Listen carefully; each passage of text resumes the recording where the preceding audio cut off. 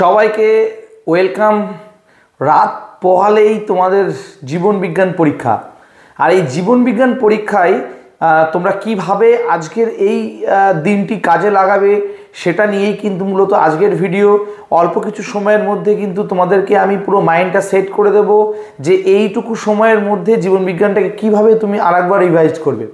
প্রথমেই বলে রাখি, জীবন বিজ্ঞান থেকে যদি তোমাকে ভালো স্কোর করতে হয় তাহলে লেখার পাশাপাশি তোমাকে কিন্তু আঁকাও প্র্যাকটিস করতে হবে। অর্থাৎ যেখানে বলবে আঁকার কথা সেখানে তো আঁকতেই হবে, বাট যেখানে বলবে না যদি তুমি আঁকার স্কোপ পাও অবশ্যই কিন্তু অঙ্কনটা সেরে ফেলতে হবে, তবেই কিন্তু ভালো স্কোর জীবন বিজ্ঞানে করা সম্ভব, নতুবা কিন্তু করা সম্ভব না। অর্থাৎ ভালো স্কোর করতে গেলে তোমাকে লেখার পাশাপাশি আঁকাটাকেও কিন্তু পরীক্ষার খাতায় কিন্তু রিপ্রেজেন্ট করতেই হবে। মনে করো ক্যাকটাসের অভিযোজনগত বৈশিষ্ট্য দিয়েছে, সেখানে ক্যাকটাসের ছবিটা তোমরা এঁকে দিলে, বা মায়োটাম পেশির ভূমিকা দিয়েছে মাছের গমনে, সেই মাছের গমনে মায়োটাম পেশির ভূমিকাটা শুধু মায়োটাম পেশির ছবিটাকে একটু এঁকে দিলে, রুই মাছটা এঁকে, এইরকম টাইপসের জিনিসপত্র কিন্তু তোমাদের করতে হতে পারে। তো যাই হোক, প্রথমেই বলে রাখি এবছর ছবি কোনটা আসতে চলেছে, প্রতিবর্ত চাপ অথবা নিউরন, তোমরা এই দুটোই করে যাও, এই দুটোর মধ্যে থেকে একটা কমন পাবে। তাহলে এবার একটু চটজলদি করে আমরা প্রত্যেকটি চ্যাপ্টার একটু ঘুরে আসি, আর শেষ মুহূর্তে তোমরা কোন কোন প্রশ্নগুলো একবার দেখে যাচ্ছ সেই প্রশ্নগুলোকে একবার চোখ বুলিয়ে নাও, আর এই প্রশ্নগুলোই তোমরা শেষ মুহূর্তে আজকের রাতে রেডি করে ফেলো। তার কারণ আর তোমাদের সময় নেই, আপাতত সবই পড়া হয়েই গেছে, আর তো এখন এই কটা কোশ্চেন তোমরা দেখে যাও। চলো একবার আমরা পুরো চ্যাপ্টারটাকে অধ্যায়টাকে রিভিশন দিয়ে দিই। প্রথম অধ্যায় থেকে তোমরা পড়ে যাচ্ছ এই টাইপসের কোশ্চেনগুলো। উদ্ভিদের বৃদ্ধিতে অক্সিন ও জিব্বেরেলিনের ভূমিকা লেখো। পরিবেশে তাপমাত্রা হঠাৎ কমে গেলে সাড়া প্রদানের স্নায়বিক পথটি নির্মাণ করো। রক্তের শর্করা নিয়ন্ত্রণে ইনসুলিন হরমোনের ভূমিকা লেখো। সন্ত্রণে মাছের পাখনার ভূমিকা, সেখানে জোড়া পাখনার ভূমিকাও আসতে পারে। তো নেক্সট তোমরা যেটা করে যাবে সেটা হচ্ছে গমনে একটি চালিকা শক্তি, গমনের একটি চালিকা শক্তি প্রজননিক কাজের জন্য একত্রিত হওয়া, দুটি উদাহরণের সাহায্যে যথার্থতা প্রমাণ করে। এরম টাইপসের কোশ্চেন কিন্তু আসার চান্স বেশি এবছর। তারপর রয়েছে মেনিনজেস ও সিএসএফ এর অবস্থান এবং তাদের বিবৃতি করো। ন্যাস্টিক চলন ও ট্রপিক চলনের মধ্যে দুটি পার্থক্য। ইস্ট্রোজেন ও প্রোজেস্টেরনের উৎস ও কাজ লেখো। গমনের একটি চালিকা শক্তি হলো প্রাণীর বিস্তার, উপযুক্ত উদাহরণ সহযোগে বক্তব্যটি যথার্থতা বিচার করো। এরম টাইপসের কোশ্চেন আসার চান্স কিন্তু খুব রয়েছে। তারপর প্রথম চ্যাপ্টারতে দেখে যাবে সাইন্যাপস কি, এর কাজ।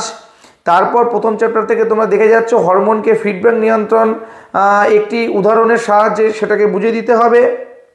আচ্ছা, আর তোমরা এই চ্যাপ্টার থেকে দেখে যাবে জিব্বেরেলিন হরমোনের উৎস এবং কাজ, মাছের গমনে মায়োটাম পেশির ভূমিকা, প্রথমেই বললাম।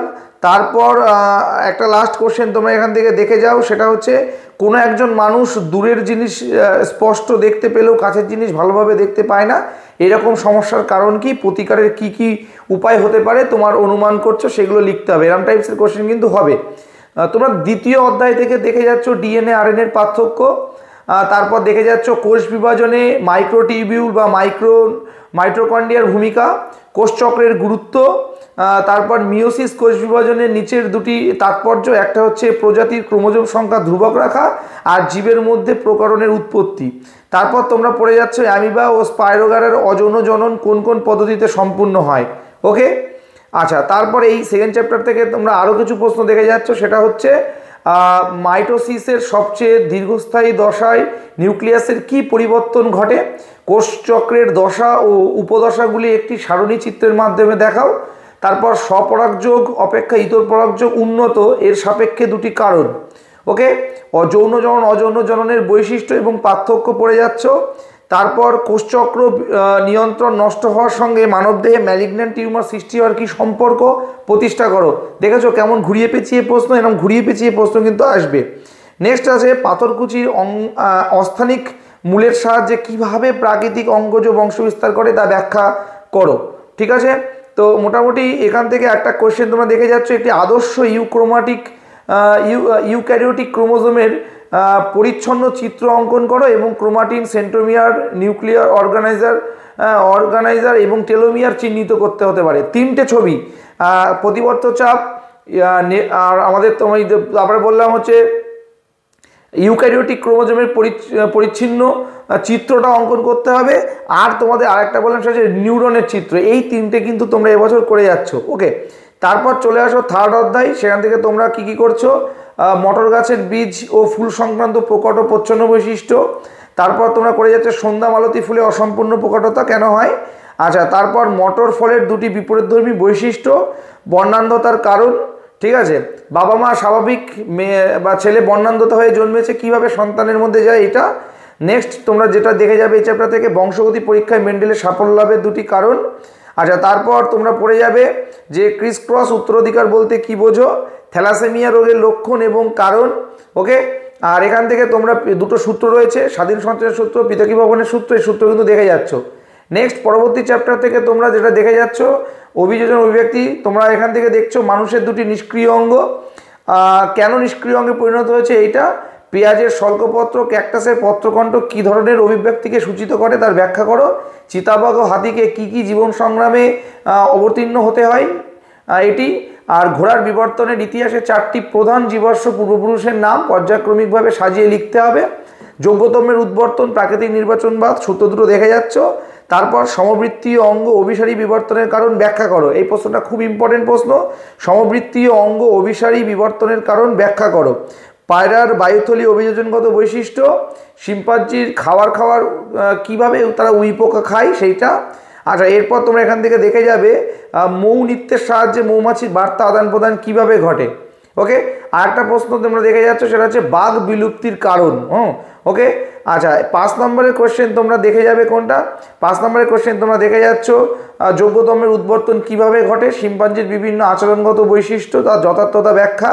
আচ্ছা, জিরাফের গলা লম্বা হওয়ার পিছনে রহস্য, এটা দেখে যাচ্ছ। আচ্ছা, আর এখান থেকে মোটামুটি লাগবে না। আর শেষ অধ্যায় থেকে তোমরা যেটা দেখে যাচ্ছ সেটা হচ্ছে ফুসফুসে ক্যান্সারের দুটি কারণ, জলবায়ু নিয়ন্ত্রণে জীববৈচিত্র্যের দুটি ভূমিকা। তারপর অতি ব্যবহারের ফলে জীববৈচিত্র্য হ্রাস পাচ্ছে কেন সেইটা। ক্রমবর্ধমান জনসংখ্যা বাস্তুতন্ত্রের ক্ষয়ের অন্যতম কারণ। জলের আবর্জনা কিভাবে জলাশয় ইউট্রিফিকেশন ঘটায়। তারপর পিবিআরের গুরুত্ব। তারপর তোমরা এখান থেকে পড়ে যাচ্ছ সেটা হচ্ছে চোরা শিকারি ভারতের প্রাণী বৈচিত্র্যের বিপন্নতার একটি প্রধান কারণ হয়ে দাঁড়িয়েছে, তার যথার্থতা তুমি ব্যাখ্যা করো। তারপর তোমরা পড়ে যাচ্ছ প্লাস্টিক ও ভারী ধাতু জীববৈচিত্র্য ধ্বংস করে, এই বক্তব্যটির যৌক্তিকতা বিচার করো। তারপর তোমরা এই চ্যাপ্টার থেকে শেষ কোশ্চেন যেটা পড়ে যাচ্ছ সেটা হচ্ছে জলাভূমিকে প্রকৃতির বৃক্ষ বলা হয় কেন, আর হাঁপানি কি, হাঁপানির কারণ উপসর্গ। আচ্ছা, ইনসিটু সংরক্ষণ, এক্সিটু সংরক্ষণ। আর তোমরা লাস্ট একটা কোশ্চেন এখান থেকে পড়ে যাও সেটা হচ্ছে মানুষের লাগাম ছাড়া অনেক কাজই পরিবেশ দূষণ হচ্ছে, এর সাপেক্ষে 3টি উদাহরণ দাও। আর পশ্চিমবঙ্গে অবস্থিত একটি ন্যাশনাল পার্ক ও একটি বায়োস্ফিয়ার রিজার্ভের উদাহরণ দাও। তো নাইট্রোজেন চক্রটাও একটু দেখে যাও। এই কটা প্রশ্ন তোমরা যদি দেখে যাও আশা করছি তোমাদের জীবন বিজ্ঞান পরীক্ষা অনেক ভালো হবে। সবার জন্য বেস্ট অফ লাক, ভালো করে পরীক্ষা দিও। শেষ মুহূর্তে এই কটা প্রশ্ন তোমরা অবশ্যই করে যেও, এটা আমার রিকোয়েস্ট থাকবে। আশা করছি তোমাদের পরীক্ষা খুবই ভালো হবে। সবাই ভালো করে পরীক্ষা দিও, আর কেমন হয় সেটা আমাদের কিন্তু জানিও।